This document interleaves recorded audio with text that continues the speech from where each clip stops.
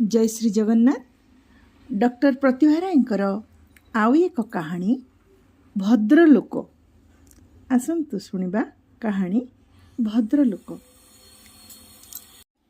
अचिन्हा अक्षर चिठी अजणा कौतूहल मन को सबु काले उल्लसित करे, किंतु चिठीटा शेष कला बेलू सुभदा विषण्ण हो जाइथिला।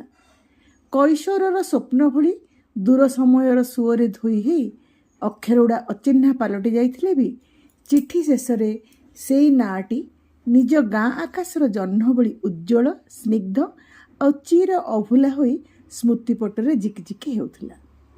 आहा, से आसी दांडदुआरू फेरीगले। थरे नुहे चारि चारि थर सुभदार उआस चारिपटे पहरा देउथुवा अति विश्वस्त एवं कर्तव्यनिष्ठ द्वार रक्षी एवं देहरक्षी माने तांकु बाहरु बाहरु घौड़ाई देले। सुभदा सेमानकु शास्ति देव कि?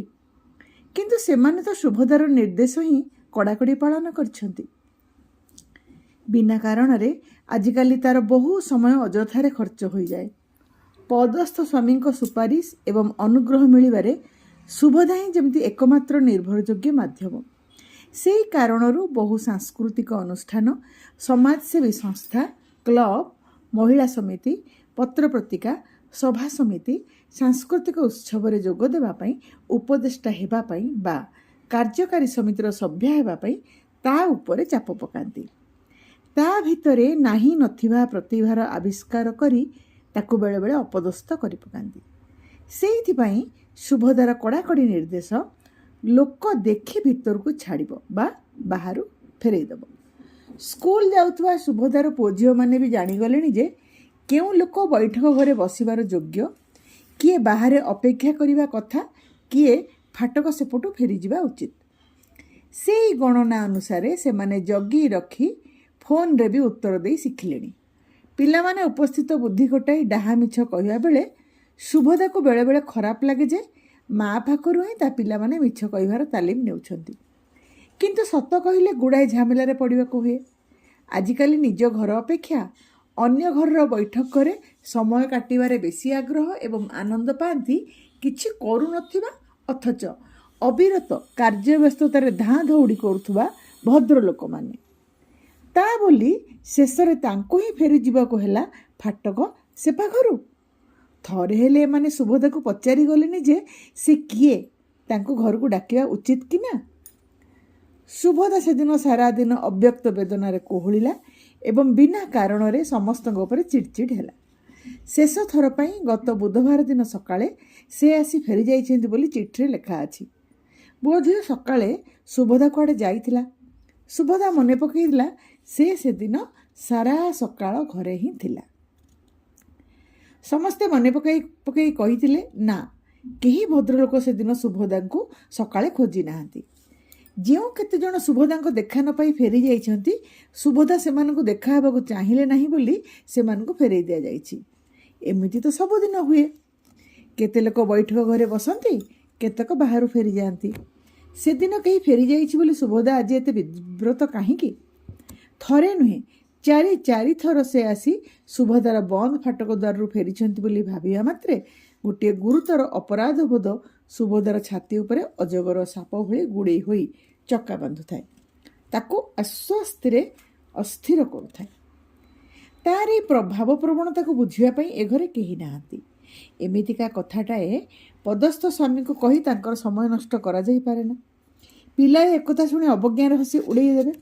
सुभदा काहाको एकथा बुझेइबो जे जी आसी बारंबार ता उआस द्वार फेरी जाउछंती, से तार हृदय भितर आसन जमाई केते काळरू बसचंती बोली।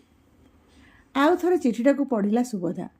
एथर अक्षर चिन्हा चिन्हा कथा गुड़ा जेमती हृदय भितर भासी आसुची।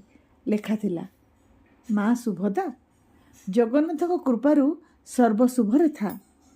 तोर सबु सुखबर तो स्वामींकर जश ख्याति, तो पिलामानंकर कृतित्व सबु खबर मु रखिछि आ सुखी हेउछि। एबे मु अकर्मण्य, तथापि जाइथिली चारि चारि थर खास तते देखिबा पई। थरे तू बाहर को जाइथिलु, आउ थरे ठाकुर पूजारे बसिथिलु, तापर थरक पैठक घरे भद्रलोक माने थिबार तू व्यस्त थिलु, शेष थरक तू गाधुआ घरे थिलु। ମୁଁ ଅପେକ୍ଷା କରିବାକୁ ପ୍ରସ୍ତୁତ ଥିଲି, ମାତ୍ର ତୋ ଲୋକମାନେ କହିଲେ ଘର ସାମ୍ନାରୁ ହଟିଯାଅ, ସାହେବ ଆସିବେ। ଗସ୍ତରେ ଯାଇଛି 4 ଦିନ ହେବ, ଆଜି ଫେରିବେ। ବାହାର ପାଚେରୀର ଶେଷ ମୁଣ୍ଡରେ ଓଳିଟିଏ ଠିଆ ହେଲି। ତୁ ପଦାକୁ ବାହାରିଲୁ ନାହିଁ। ତୋ ସ୍ୱାମୀ ଫେରିଲେ। ଭାରି ଦୟାବନ୍ତ ପୁରୁଷ। ମନଟା ଆକାଶ ଭଳି ଉଚ୍ଚ, ପୃଥିବୀ ଭଳି ଖୋଲା ଓ ଉଦାର। ମୋ ଉପରେ ଆଖି ପଡ଼ିଯିବା ମାତ୍ରେ ଟିକେ ଅଟକି ଗଲେ। ପକେଟରୁ ଟଙ୍କା 2ଟି କାଢ଼ି ବଢ଼ାଇ ଦେଲେ। କହିଲେ, ନିଅ ବୁଢ଼ା, କେତେ ଖରାଟାରେ ଠିଆ ହେଇଛ, ଯାଅ ଏଥର। ମୋତେ ଭିକାରୀ ଭାବିଲେ ବୋଲି ଦୁଃଖ ହେଲାନି। ମୋର ରୂପ ଆଉ ଭେକ ତ ସେମିତି ହେଇଛି। ବରଂ ଖୁସି ହେଲି ତାଙ୍କର ବାଦାନ୍ୟତା ଦେଖି। ଟଙ୍କା 2ଟି ନେଲି, ନହେଲେ ସକାଳୁ ସକାଳୁ ସେ ମନ ଖରାପ କରିଥାନ୍ତେ। ସେ ଗଲା ପରେ ତାଙ୍କର କଲ୍ୟାଣ କାମନା କରି ଟଙ୍କା 2ଟି ଦେଇଦେଲି ରାସ୍ତାରେ ଯାଉଥିବା ଭିକାରୁଣୀ ବୁଢ଼ୀକୁ। ରାସ୍ତାରେ ଭିକାରୀଙ୍କର କୋଉ ଅଭାବ ଅଛି ଯେ? ତୋ ପାଖକୁ ଆସିଥିଲି ଗୋଟିଏ ଜରୁରୀ କାମରେ। କେଉଁଦିନ ମରିଯିବି କିଏ କହିବ? ଗୋଟିଏ ଗୋଡ଼ଜାଣ ମଶାଣିରେ ଦେଇସାରିଛି। ପୁଅ ବୋଲି ଗୋଟିଏ ଯେ IFL ପାଠରେ ଡୋରି ବାନ୍ଧିଲା। ଏବେ ବେକାର, ମୋର କିଛି ଉପାୟ ନାହିଁ। ତୁ ସାହାଯ୍ୟ କରିବୁ ଏଇ ଆଶାରେ ଆସିଥିଲି 4 ଥର। ଈଶ୍ୱରଙ୍କର ବରାଦ ନାହିଁ, କେମିତି ତୋ ସାଙ୍ଗେ ଦେଖାହେବ? ଥରେ ଗାଁରୁ ଭୁବନେଶ୍ୱର ଯିବାରେ 15 ଟଙ୍କା ଖର୍ଚ୍ଚ। ମୋର ଶକ୍ତି ପାଉନାହିଁ, ସାମର୍ଥ୍ୟ କୁଳାଉ ନାହିଁ। ତୁ ଉତ୍ତର ଦେଲେ ଯାହା କରିବି। ଅକର୍ମଣ୍ୟ ହେବାରୁ ତୋର ସାହାଯ୍ୟ ଲୋଡ଼ିଲି, କିଛି ଖରାପ ଭାବିବ ନାହିଁ। ଇତି ମାଷ୍ଟ୍ରେ। ସମୟର ଚକତଳେ ଘସରା ହୋଇଯାଇଥିବା ଅସ୍ପଷ୍ଟ ମୂର୍ତ୍ତିଟିଏ ଆଜି ଆଖି ଆଗରେ ସ୍ପଷ୍ଟ ଦିଶୁଛି। ଚତୁର୍ଦ୍ଧା ମୂର୍ତ୍ତି ଭଳି ନିଦାପଟି ଶ୍ୟାମଳ ବିଶାଳ ମୂର୍ତ୍ତିଟିଏ। ଗୋଲ ମୁଣ୍ଡ, ଚକା ହୋଇ ମୁହଁ, ବଡ଼ ବଡ଼ ଗଭୀର ଆଖି, ପୃଥୁଳ ଉଦର, ଖମ୍ବ ଭଳି ମଜବୁତ ଗୋଡ଼ ହାତ, କବାଟ ଭଳି ଚଉଡ଼ା ଜବ୍ବର ପିଠି, ଖଇର ବୋଳରେ ନାଲି ପଡ଼ିଥିବା ପାନଖିଆ ଓଠ, ସବୁତକ ଏକାଠି ମିଶାଇ ଦେଲେ ସେ ହେବେ ନାରଣ ମାଷ୍ଟ୍ରେ। ଆଖି ବୁଜି ସେଇ ରୂପକୁ ମନେ ପକାଇଲେ ଦିଶିବ ଜଗନ୍ନାଥଙ୍କ ରୂପ। ମନରେ ଭୟ ନାହିଁ, ଭକ୍ତି ଭରିଯିବ, ଶ୍ରଦ୍ଧା ଉଛୁଳି ଉଠିବ। ପଦ୍ମାସନ ପକାଇଲା ଭଳି ଚୌତା ଚକାପାରି ସେ ବସନ୍ତି। ପାଖିକିଆ କରି ବାଁ ଜଙ୍ଘ ଉପରେ ସୁଭଦାକୁ ବସାଇ ପାଠ ଆରମ୍ଭ କରିଥିଲେ। ବ୍ରହ୍ମା, ବିଷ୍ଣୁ, ମହେଶ୍ୱର ଲେଖି ଅକ୍ଷର ଶିଖେଇଥିଲେ। କାହାଣୀ କହୁ କହୁ ଗେଲ କରୁ କରୁ କୁତୁ କୁତୁ କରି ହସାଉ ହସାଉ ନାରଣ ମାଷ୍ଟ୍ରେ ଚଗଲା ପିଲାଙ୍କୁ ପାଠ ପଢ଼ାନ୍ତି। ମଲା କାଉଚିଆ ସାପ ଭଳି ସରୁ ବେତଟିଏ ନିର୍ଜୀବ ହୋଇ ପଡ଼ିଥାଏ ଦୂରରେ କରି। କେବେ ଦରକାରରେ ଆସେ ନାହିଁ। ପିଲା ଏକ ନାରଣ ମାଷ୍ଟ୍ରଙ୍କୁ ଭୟ କରନ୍ତି ନାହିଁ, ଭଲ ପାଆନ୍ତି। ଅବଜ୍ଞା କରନ୍ତି ନାହିଁ, ସମ୍ମାନ କରନ୍ତି। ସବୁ ରେଜିଷ୍ଟରରେ ନାଁ ଲେଖା ହେବା ବେଳେ ଶୁଭଲକ୍ଷ୍ମୀ ପରିବର୍ତ୍ତେ ଶୁଭଦା ଲେଖିଥିଲେ ନାରଣ ମାଷ୍ଟ୍ରେ। କହିଥିଲେ, ଆମର 3 ଠାକୁର ଜଗନ୍ନାଥ, ବଳଭଦ୍ର, ଶୁଭଦା। 3 ଅକ୍ଷର ଶୁଭ। ଶୁଭଦା ଖାଲି ଲକ୍ଷ୍ମୀ ହେବ ନାହିଁ, ସରସ୍ୱତୀ ବି ହେବ। ସମସ୍ତଙ୍କ ପାଇଁ ଶୁଭଦାୟିନୀ ହେବ। ବାପା ଖୁସି ହୋଇଥିଲେ। ସେଇଦିନୁ ସେ ହେଲା ଶୁଭଲକ୍ଷ୍ମୀ ପରିବର୍ତ୍ତେ ଶୁଭଦା। ବଡ଼ ହେଲା ପରେ ଶୁଭଲକ୍ଷ୍ମୀ ଅପେକ୍ଷା ଶୁଭଦା ନାଁଟି ତାକୁ ଭଲ ଲାଗିଥିଲା। ସ୍କୁଲ ଖାତାରେ ନାଁ ଲେଖା ହେଲା ବେଳେ ଜାତକରେ ଲେଖା ଥିବା ଅଧିକାଂଶ ନାଁ ନାରଣ ମାଷ୍ଟ୍ରଙ୍କ କଲମରେ ବଦଳିଯାଏ। ବଡ଼ ହେବା ପରେ ସେଇ ନାଁଟି ସବୁ ପିଲାଙ୍କୁ ଭଲ ଲାଗେ, ଯେମିତି ଭଲ ଲାଗନ୍ତି ନାରଣ ମାଷ୍ଟ୍ରେ ଅନ୍ୟ ମାଷ୍ଟ୍ରଙ୍କ ଠାରୁ। ଶୁଭଦା ବାପାଙ୍କର ଗେହ୍ଲା ଝିଅ। ଆଦର ସୁହାଗ ନ ମିଳିଲେ ସେ କାହାରି ବଶ ହେବାର ନୁହେଁ। ବୋଉ ଯଦି କେବେ ରାଗରେ ଗୋଟିଏ ମାଡ଼ ଦେଇଥିବ, ବାପା ଘରକୁ ଆସିବା ଯାଏଁ ଲହରେଇ କୋହଟାକୁ ଲମ୍ବେଇ ରଖିଥିବ ଶୁଭଦା। ବାପାଙ୍କୁ ଦେଖିଲେ କଞ୍ଚା ଅମୃତଭଣ୍ଡାରେ ଟେକା ମାଡ଼ ବାଜିଲା ଭଳି ଶୁଖି ଯାଇଥିବା ଲୁହ ଦ୍ୱାରା ପୁଣି ଥରେ ଝରଝର ଝରିଯିବ। ଭୁଲି ହୋଇଯାଇଥିବା ମାଡ଼ର କଷ୍ଟଟା ଲଙ୍କା ମରିଚରେ ବାଟିଥିବା ହାତ ପରି ପୁଣି ଥରେ ରୁଗରୁଗ ହୋଇ ପୋଡ଼ି ଉଠିବ। ବାପା ତାର ପିଠି ଆଉଁସି ଦେବେ। ବିନା କାରଣରେ ସୁନା ଝିଅଟାକୁ କାହିଁକି ମାଡ଼ ଗାଳି ଦିଅ ବୋଲି ବୋଉ ଉପରେ ଟିକେ କୃତ୍ରିମ ରୋଷ ପ୍ରକାଶ କରିବେ। ବାସ୍, ଶୁଭଦା ନିଆଁରେ ପାଣି ପଡ଼ିଲା ଭଳି ଥପ୍ କରି କାନ୍ଦ ବନ୍ଦ ହେଇଯିବ। ଓଠରେ ହସର ବିଜୁଳି ଖେଳି ବୋଉ କାନିରେ ମୁହଁ ଲୁଚେଇବ, କହିବ, ବୋଉ, ବାପା ତୋତେ ମିଛଟାରେ ଗାଳି ଦିଅନ୍ତି କାହିଁକି ଯେ? ତୁ ଜମାରୁ ମନ ଦୁଃଖ କରିବୁନି, ମୋ ସୁନା ବୋଉଟା ପରା। ଶୁଭଦା ଏମିତି କାହାରି କଡ଼ା କଥା ବୋଧେ ସହିବନି, ଆଉ କାହା ମନରେ ଦୁଃଖ ଦେବା କଥା ବରଦାସ୍ତ କରିବନି। ରଙ୍ଗଣୀ ଫୁଲ ଭଳି ନହୁଲି ମନଟିଏ, ଲହୁଣୀ ମନଟିଏ। ଛୁଇଁ ଦେଲେ ଦାଗ ହୋଇଯାଏ। ନାରଣ ମାଷ୍ଟ୍ର ଜାଣନ୍ତି ସେ କଥା। ନାଲି ଆଖି ଦେଖେଇ ସୁଭଦା ଠାରୁ ପାଠ ଆଦାୟ କରି ହୁଏ ନା, କାରଣ କାନ୍ଦି କାନ୍ଦି ସୁଭଦାର ଆଖି ଦୁଇଟା ମାଷ୍ଟ୍ରଙ୍କ ଆଖିଠୁ ବେଶୀ ନାଲି ପଡ଼ିଯାଏ। ପିଠି ଥାପୁଡ଼େଇ ସାବାସ୍ କହିଦେଲେ ସୁଭଦା ପାଠ ତ ପଢ଼େ ନାହିଁ, ପିଇଯାଏ। ମାଷ୍ଟ୍ରେ ପିଲାଙ୍କର ନାଡ଼ି ନକ୍ଷତ୍ର ଦେଖି ପାଠ ପଢ଼ାନ୍ତି। କେଉଁ ଔଷଧ କାହାକୁ କାଟ କରେ, କେଉଁ ମନ୍ତ୍ରରେ କିଏ ବଶ ହୁଏ, ସେ କଥା ନାରଣ ମାଷ୍ଟ୍ରେ ଦୈବ ବିଧାତା ଭଳି ଜାଣନ୍ତି କେମିତି କେଜାଣି। ସୁଭଦା ତୁଚ୍ଛା ଡରକୁଳିଟା। ଅଚିହ୍ନା ମଣିଷ, ଚିହ୍ନା ଗାଁ, ରାସ୍ତା, କୁକୁର, ମାଙ୍କଡ଼, ମଶାଣି ବିଲ, ନାଳ ଉପରେ କାଠପୋଲ, ଟାଇଁ ଟାଇଁ ଖରା ଆଉ ଝାମ୍ପୁଲା ଗଛ ତଳର ଅନ୍ଧାରିଆ ଛାଇ ସମସ୍ତେ ତାକୁ ଡରାନ୍ତି। ସକାଳୁଆ ସ୍କୁଲ ଛୁଟି ହେଲେ ତାକୁ ଡର ନ ମାଡ଼ୁଥିବା ରାସ୍ତା ଯାଏଁ ବଳେଇ ଦେବା ପାଇଁ ନାରଣ ମାଷ୍ଟ୍ରେ କିଛି ବାଟ ତା ସଙ୍ଗେ ସଙ୍ଗେ ଚାଲି ଚାଲି ଆସନ୍ତି। ସ୍କୁଲ ପାଖକୁ ଲାଗି ବୁଢ଼ା ପୀରଙ୍କ ଆସ୍ଥାନ। ଝଙ୍କା ବରଗଛର ଛନ୍ଦାଛନ୍ଦି ଓହଳ ସବୁ ବ୍ରହ୍ମରାକ୍ଷସର ହାତ ଭଳି ତଳକୁ ଲମ୍ବି ଆସିଥାନ୍ତି, ସତେକି ଧରିତ୍ରୀର ଅନ୍ତ ବିଦାରିବା ପାଇଁ। ଗଛ ଆଗରୁ ମେଳା ମେଳା ମାଙ୍କଡ଼ ଓହ୍ଲେଇ ଆସି ଖିଙ୍କାରି ଗୋଡ଼େଇ ବାଟ ଜଗନ୍ତି ରାସ୍ତା ମଝିରେ। ପୀର ସାହେବଙ୍କ ଦୁଇ କଡ଼ ରାସ୍ତା ତଳକୁ ମୁସଲମାନ କବରଖାନା। ଏମିତି ରାସ୍ତା ସୁଭଦାକୁ ଯମ ପୁରୀ ଭଳି ଭୟାବହ ଲାଗେ। କାରଣ ନାରଣ ମାଷ୍ଟ୍ରେ ସୁଭଦାର ହାତ ଧରି ମଜା ଗପଟିଏ କହି କହି ସେତିକି ରାସ୍ତା ପାର କରିଦେଇ ଯାଆନ୍ତି। ତାପରେ ଡାକ୍ତରଖାନା, ସେଠି ମଧ୍ୟ ଦିନ ଦ୍ୱିପହରରେ ଡର ସୁଭଦାର ବାଟ ଜଗେ। ଶବ୍ଦ ଏବଂ ରୋଗୀମାନଙ୍କ କଥା ଠିକ୍ ସେଇଠି ମନେ ପଡ଼େ ଏବଂ ସୁଭଦା ସେମାନଙ୍କୁ ପ୍ରାଣେ ଡରେ। ଡାକ୍ତରଖାନା ପାରି ହେଲେ ନାଳବନ୍ଧ ପର୍ଯ୍ୟନ୍ତ ସଳଖ ରାସ୍ତାରେ ଦୁଇ କଡ଼କୁ ଲାଗି ଢେଉ ଢେଉକା ସବୁଜ ଧାନ କ୍ଷେତ। ସିଏ ବି ଡରାଏ ସୁଭଦାକୁ। ସବୁଜ ଢେଉ ସବୁ ହାତ ବଢ଼ାଇ ସୁଭଦାର କୁନି କୁନି ପାଦ ଦୁଇଟାକୁ ଯଦି କିଆରି ଭିତରକୁ ଟାଣି ନେବେ, ଆଉ ଯଦି ସେଠି ବେଙ୍ଗ, କଙ୍କଡ଼ା କି କମ୍ଭୀର ଛୁଆ, ସୁଭଦା କ'ଣ କରିବ? ଥିବେ ସେଠି। ନାରଣ ମାଷ୍ଟ୍ରେ ଖାଲି ପାଦରେ ତାତିଲି ବାଲି ଉପରେ ଡଗଡଗ ପାଦ ପକାଉ ପକାଉ କହନ୍ତି, ଚାଲ ନାଳବନ୍ଧରେ ଉଠେଇ ଦେଇ ଆସିବି। ନାଳବନ୍ଧ ଉଠିଗଲେ ସୁଭଦା ସାହସ ଫେରି ପାଏ। କାଠପୋଲ ସେପଟେ ଗାଁର ସେତେବେଳର ଛୋଟ ବଜାରଟି ବୁଢ଼ୀମାର କୋଳ ପରି ଭାରି ନିର୍ଭୟ ଲାଗେ। ମାତ୍ର ପୋଲ ପାରି ହେଲେ ତ ଯାଇ ବଜାର ଆସିବ। ନାରଣ ମାଷ୍ଟ୍ରେ ହାତ ଧରି ଧରି ଦଦରା କାଠପୋଲ ପାରି କରି ଦିଅନ୍ତି। ପୋଲ ପାରି ହେଲେ ସୁଭଦା କହେ, ମାଷ୍ଟ୍ରେ ମୁଁ ଏଥର ଚାଲିଯିବି, ଘର ଦିଶିଲାଣି, ଆଉ ଡର ନାହିଁ। ନାରଣ ମାଷ୍ଟ୍ରେ ସେମିତି ଚାଲୁ ଚାଲୁ ମୁଣ୍ଡ ମାଡ଼ି କହନ୍ତି, ଓହୋ, ବଜାରଟା ପାର କରେଇ ଦେଇ ଗାଡ଼ି ମଟର ଦିନକୁ 3 ଥର ଯା ଆସ କରୁଛି ତ, କାଳେ ଗୋଟିଏ ଆସିଯିବ ଅବିକା।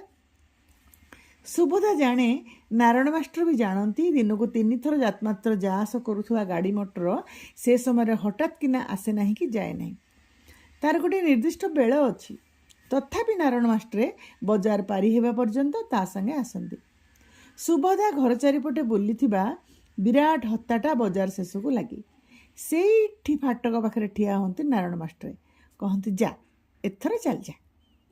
ଫାଟକ ପାଖରୁ ଘର ପର୍ଯ୍ୟନ୍ତ ସଳଖ ରାସ୍ତାରେ ସୁଭଦା ଏଥର ଗୋଟିଏ ଗୋଟିଏ ଚାଲେ। ତାର ଇଚ୍ଛା ହୁଏ ସେ ମାଷ୍ଟରଙ୍କୁ ଘର ପର୍ଯ୍ୟନ୍ତ ଡାକନ୍ତା, ଆଉ ତା ବୋଉ ମାଷ୍ଟରଙ୍କୁ ଦହି ସରବତ ଦିଅନ୍ତା, ନହେଲେ ବାଧ୍ୟ କରି ଖାଇବାକୁ ଦେଇ ଛାଡ଼ନ୍ତା। କିନ୍ତୁ ସେ ଜାଣେ ନାରଣ ମାଷ୍ଟ୍ରେ ଗାଧେଇବେ, ଠାକୁର ପୂଜା କରିବେ, ତେବେ ଯାଇ ଖାଇବେ। ସକାଳୁ ଅଗାଧୁଆରେ ଚା ପାନ ଛଡ଼ା ସେ ଆଉ କିଛି ଖାଆନ୍ତି ନାହିଁ। ସୁଭଦା ଘରେ ପଶିବା ଯାଏ ନାରଣ ମାଷ୍ଟ୍ରେ ଖରାଟାରେ ସେମିତି ଠିଆ ହୋଇଥାନ୍ତି। ସୁଭଦା ଖାଇ ବସିଲା ବେଳେ ଭାବେ, ନାରଣ ମାଷ୍ଟ୍ରେ ଅଗାଧୁଆ ଅଖିଆ, ତା ପାଇଁ ପ୍ରତିଦିନ ଖରାରେ ଏତକ ବାଟ ଚାଲନ୍ତି କେଉଁ ଆଶାରେ? ନାରଣ ମାଷ୍ଟ୍ରେ ଦିନେ କେବେ ମୁହଁ ଖୋଲି ନିଜର ଅଭାବ ଅସୁବିଧା କଥା କେଉଁ ଅଭିଭାବକ ପାଖରେ କହନ୍ତି ନାହିଁ। ପାଠରେ ପଛୁଆ ପିଲାମାନଙ୍କୁ ଛୁଟି ପରେ ଘଣ୍ଟାଏ ଅଧିକା ପଢ଼ାନ୍ତି ବୋଲି ବାପା ମାଙ୍କ ଠାରୁ ସେଥିପାଇଁ ଟ୍ୟୁସନ୍ ବାବଦ ପଇସା ନିଅନ୍ତି ନାହିଁ। ନିଜ ଇଚ୍ଛାରେ ସେ ବିଦ୍ୟାବାନ କରନ୍ତି, ସ୍ନେହଦାନ କରନ୍ତି। ତାର ମୂଲ୍ୟ କ'ଣ ଏତେ କମ୍ ଯେ ହାତ ପତେଇ ନେବେ? ନାରଣ ମାଷ୍ଟ୍ର ସବୁବେଳେ କହନ୍ତି, ତାର ମୂଲ୍ୟ କ'ଣ ଏତେ କମ୍?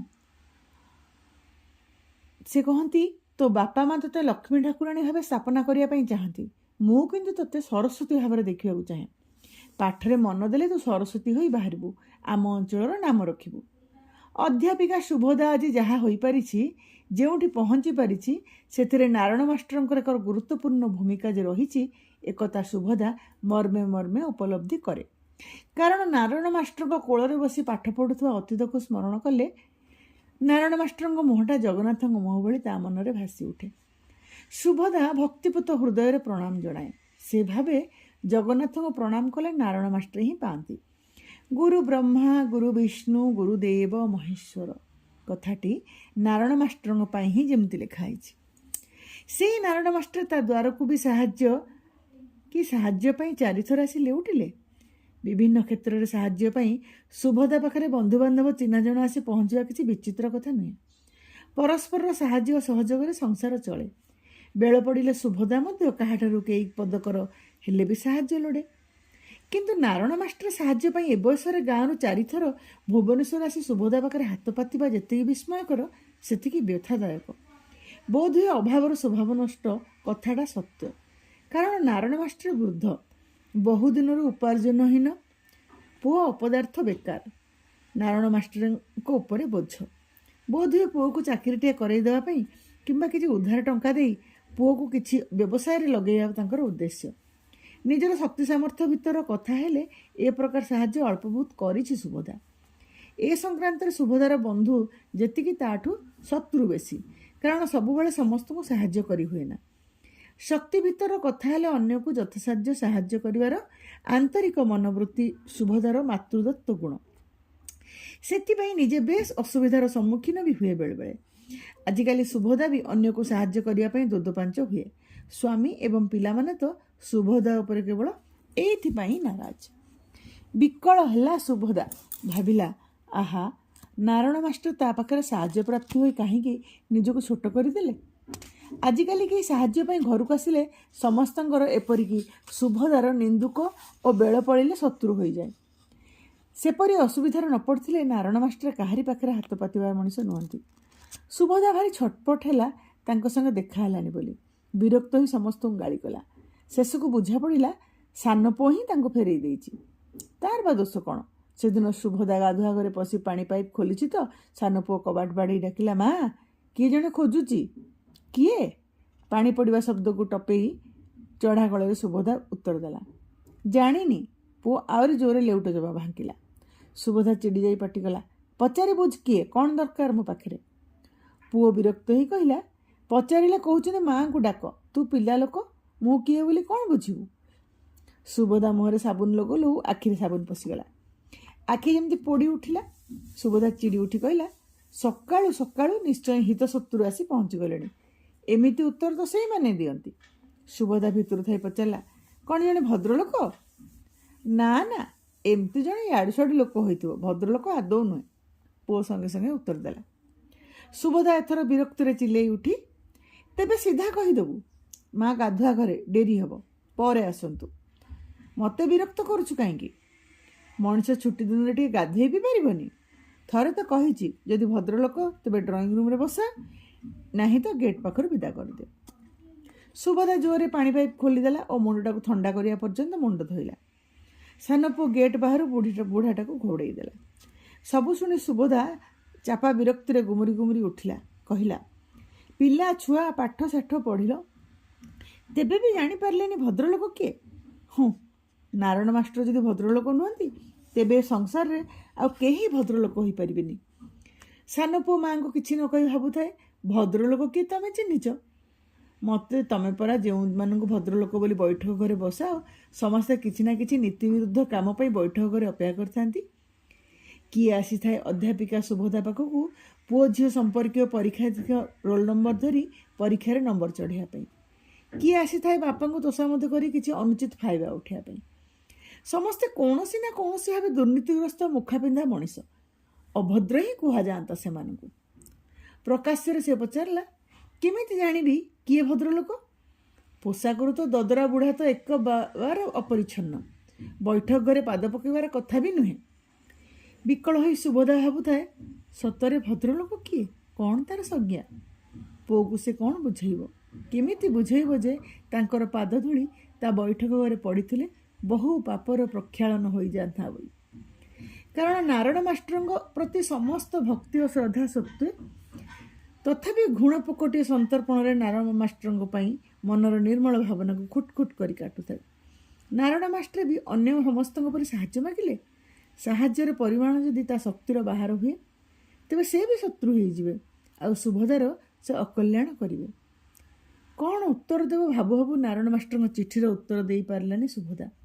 ସାହାଯ୍ୟ କରିବାକୁ ପ୍ରତିଶ୍ରୁତି ଦେଇ ସେଥିପାଇଁ ଯଦି ଅକ୍ଷମ ହୁଏ, ନାରଣ ମାଷ୍ଟରେ ରାମାଦାମା ଯେ ନୁହନ୍ତି ଯେ ତାଙ୍କ ପାଖରେ ସହଜରେ ମିଥ୍ୟା ପ୍ରତିଶ୍ରୁତି ଦେଇହେବ ଏବଂ ସେଥିପାଇଁ କିଛି ଗ୍ଲାନି ବି ଆସିବନି ମନରେ। ଯଦି ତାଙ୍କୁ ପ୍ରତିଶ୍ରୁତି ନ ଦେବ, ତେବେ ଚିଠିରେ କ'ଣ ବା ଲେଖିବ? କିଏ ଜାଣେ ନାରାୟଣ ମାଷ୍ଟର ତା'ଠାରୁ କେତେ ବେଶୀ ଆଶା କରନ୍ତି। ଫେରିବାଲା ସଙ୍ଗେ ଦରକଷା ଭଳି 25 ମାଗିଲେ 5 ମିଳେ ନୀତିରେ ଆଜିକାଲି ସାହାଯ୍ୟ ବି ମଗାଯାଏ। ନାରାୟଣ ମାଷ୍ଟର ସେମିତି ଗୋଟିଏ ବେଓଜିଆ ସାହାଯ୍ୟ ପାଇଁ ହାତ ପତେଇ ନାହାନ୍ତି ତ? କିଏ ଜାଣେ? ଆଜିକାଲି ତାଙ୍କର ଅବସ୍ଥା ତ ଅତି ଶୋଚନୀୟ। ସୁଭଦ୍ରା ଶୁଣିଛି ପଥ୍ୟ ତ ଦୂରର କଥା, ନିୟମିତ ଖାଦ୍ୟ ବି ଜୁଟେ ନାହିଁ। କ'ଣ ଲେଖିବ ଭାବୁ ଭାବୁ ସୁଭଦ୍ରା ଅନେକ ଦିନ ଚୁପ୍ ରହିଗଲା। ହଠାତ୍ ଦିନେ ରେଜିଷ୍ଟ୍ରି ଡାକରେ ଚିଠିଟିଏ ଆସିଲା ନାରାୟଣ ମାଷ୍ଟରଙ୍କ ଠାରୁ। ସ୍ୱାମୀ ଏବଂ ପିଲାମାନେ ଛିଗୁଲେଇଲେ। ଆସିଗଲା ପରୱାନା। କାଳେ ସାହାଯ୍ୟ ପାଇଁ ଆବେଦନ ପତ୍ରଟେ ହଜିଯିବ ବୋଲି ଏଥର ରେଜିଷ୍ଟ୍ରି ଡାକରେ ଆସିଛି। ଆଉ ଫାଙ୍କି ଦେବାର ଜୁ ନାହିଁ। ଯେତେ ହେଲେ ହାତ ଧରି ଅକ୍ଷର ଆରମ୍ଭ କରିଥିଲେ ତ, ଗୁରୁ ଦକ୍ଷିଣାର ପରିମାଣଟା କେତେ ଖୋଲି ଦେଖ ଆଗେ। ସୁଭଦ୍ରାର ମୁହଁ ଦୁଃଖ ଓ ଗ୍ଲାନିରେ ରଙ୍ଗା ପଡ଼ିଗଲା। ଉତ୍କଣ୍ଠାରେ ସେ ଚିଠିଟି ଖୋଲିଲା। ଚିଠି ପଢ଼ି ସ୍ତବ୍ଧ ହୋଇଗଲା। ତାର ଶିକ୍ଷା, ସଭ୍ୟତା, ସାମାଜିକ ସମ୍ମାନ, ଧନ ଦୌଲତ, ଷ୍ଟାଟସ୍ ସବୁ କିଛି ଖଣ୍ଡିଏ ମାତ୍ର ଚିଠିରେ ଭୁଲୁଣ୍ଠିତ ହୋଇଗଲା। ଚିଠିଟି ନାରାୟଣ ମାଷ୍ଟର ନୁହନ୍ତି, ତାଙ୍କ ପୁଅ ନବୀନ ଲେଖିଥିଲା। ପୂଜନୀୟ ଅପା, 15 ଦିନ ତଳେ ବାପାଙ୍କର ଦେହାନ୍ତ ହୋଇଗଲା। ମୃତ୍ୟୁ ପର୍ଯ୍ୟନ୍ତ ତମକୁ ସେ ଖୋଜୁଥିଲେ। ତାଙ୍କର ଆଶା ଥିଲା ସେ ତମ ଦୁଆରୁ 4 ଥର ଫେରିଛନ୍ତି ଶୁଣି ନିଶ୍ଚୟ ତାଙ୍କୁ ଦେଖା କରିବାକୁ ଥରେ ହେଲେ ତୁମେ ଗାଁକୁ ଧାଇଁ ଆସିବ। କିଛି ନହେଲେ ତାଙ୍କୁ ନିଶ୍ଚୟ ସାହାଯ୍ୟ କରିବ ବୋଲି ପ୍ରତିଶ୍ରୁତି ଦେଇ ତମେ ଅନ୍ତତଃ ଚିଠି ଖଣ୍ଡେ ଦେବ। ତମର ଚିଠି ଖଣ୍ଡିକ ପାଇଥିଲେ ଅନ୍ତତଃ ସେ ଶାନ୍ତିରେ ମରିପାରିଥାନ୍ତେ। ଅପା, ବାପା ଶେଷରେ ଋଣଗ୍ରସ୍ତ ହୋଇ ଚାଲିଗଲେ। ସେତିକି ତାଙ୍କର ଦୁଃଖ। ସାନ ଭଉଣୀ ବାହାଘର ବେଳେ ତମ ବାପା ବାଧ୍ୟ କରି 2 ଟଙ୍କା ବାପାଙ୍କୁ ଦେଇଥିଲେ। ସେତିକି ନ ଦେଇଥିଲେ ବେଦୀରୁ ବର ଉଠି ଯାଇଥାନ୍ତା। ତମ ବାପା ଟଙ୍କାଟା ସାହାଯ୍ୟ କରିଥିଲେ ବି ମୋ ବାପା ତାକୁ ଋଣ ଭାବେ ଗ୍ରହଣ କରି ସୁଝିଦେବେ ବୋଲି ପଣ କରିଥିଲେ। ମୁଁ ତ ଅଯୋଗ୍ୟ ହେଲି, ଋଣ ସୁଝିବ କିଏ? ଏ ଭିତରେ ତମ ବାପା ବି ଚାଲିଗଲେ। କିନ୍ତୁ ମୋ ବାପା ସେ ଋଣ ଭାରକୁ ଭୁଲିଲେ ନାହିଁ। ତମ ଭାଇଙ୍କୁ କେମିତି ସେ ଟଙ୍କାଟା ଫେରାଇବେ ସେଇ କଥା ଭାବି ଭାବି ତମର ଦ୍ୱାରସ୍ଥ ହେଇଥିଲେ ସେ। ସେଦିନର 2000 ଟଙ୍କା ଆଜି ବାପାଙ୍କ ହିସାବରେ ସୁଧମୂଳ ମିଶି 10,000ରୁ ବେଶୀ ହେବ। କିନ୍ତୁ ଘରଟିଏ ଖଣ୍ଡିକ କେବଳ ମୋରି ପାଇଁ ଛାଡ଼ିଦେଇ ବାକି ସବୁ ସମ୍ପତ୍ତି ତମରି ନାଁରେ ସେ କରିଦେଇଛନ୍ତି। ଉଦ୍ଦେଶ୍ୟ, ତମେ ସେ ଜମିର ମୂଲ୍ୟ ବାବଦକୁ ଟଙ୍କାଟା ତମ ଭାଇଙ୍କୁ ଦେଇଦେବ ଏବଂ ଚାହିଁଲେ ଜମିଟା ବିକ୍ରି କରିଦେଇ ତମ ଟଙ୍କା ତମେ ପାଇଯିବ। ଏତିକି ସାହାଯ୍ୟ ପାଇଁ ସେ ତମ ଘରକୁ ଜରା ବ୍ୟାଧିକୁ ଖାତିର ନ କରି ଯାଇଥିଲେ। ମୋର ଅଯୋଗ୍ୟତା ଏବଂ ବାପାଙ୍କ ଅସହାୟତାର ସୁଯୋଗରେ ଗାଁ ଲୋକ ଆମର ସୁନା ଥାଳି ଜମିକୁ ଶାଗ ମାଛ ମୂଲରେ ନେବା ପାଇଁ ଫିକର କରୁଥିଲେ। ନହେଲେ ବାପା ଅନେକ ଦିନରୁ ଜମି ବିକି ଋଣ ସୁଝି ଦେଇଥାନ୍ତେ ଓ ଖୋଲା ମନରେ ମରିପାରିଥାନ୍ତେ। ତମଠାରୁ ଚିଠି ନ ପାଇ ସେ ବୋଝଟାଏ ନେଇ ସଂସାର ଛାଡ଼ିଲେ। ତମେ ଯଦି ଏଥିପାଇଁ ଟିକେ ହଇରାଣ ହୁଅ ତାଙ୍କୁ କ୍ଷମା କରିଦେବ ବୋଲି ବଡ଼ କାକୁତି ମିନତି କରି ପ୍ରାଣ ଛାଡ଼ିଛନ୍ତି। ରହିଲି ହତଭାଗ୍ୟ ନବୀନ। ସୁଭଦ୍ରାର ଅନୁମାନ ଅନୁସାରେ ନାରାୟଣ ମାଷ୍ଟରଙ୍କର ସବୁ ସମ୍ପତ୍ତି 10,000 ଟଙ୍କାରୁ ଯଥେଷ୍ଟ ଉର୍ଦ୍ଧ୍ୱ ହେବ। ନାରାୟଣ ମାଷ୍ଟର ତା ଉପରେ ଏତେ ବଡ଼ ଦୁଃଖ ଓ ଅପରାଧର ବୋଝ ଚାପିଦେଲେ କାହିଁକି? ବୋଧହୁଏ ତା ଉପରେ ତାଙ୍କର ସ୍ନେହ ଓ ଭରସାର ଆଧିକ୍ୟ ଯୋଗୁଁ ସେ ଏପରି କଲେ। ନିଜ ବାପାଙ୍କ ମୃତ୍ୟୁ ସମ୍ବାଦ ପାଇ ସୁଭଦ୍ରା ଏମିତି ଦିନେ ଲୁହ ଝରାଇ କାନ୍ଦିଥିଲା। ମାତ୍ର ଆଜି ସେ ଲୁହ ଝରାଇ କାନ୍ଦିଛି, କାରଣ ସେଦିନ ତାର ଆଖି ଫଟାଇ ଲୁହ ଝରୁଥିଲା, ଆଜି ହୃଦୟ ଫାଟି ଆଖି ଦେଇ ଲୁହ ଝରୁଛି। ଆପଣମାନେ ଶୁଣୁଥିଲେ ପ୍ରତିଭା ରାୟଙ୍କର କାହାଣୀ ଭଦ୍ରଲୋକ। ମୋ ସହ ଯୋଡ଼ି ହେଇ ରୁହନ୍ତୁ, ଆହୁରି ଅନେକ କିଛି ଶୁଣିବେ, ଜାଣିବେ। ଧନ୍ୟବାଦ।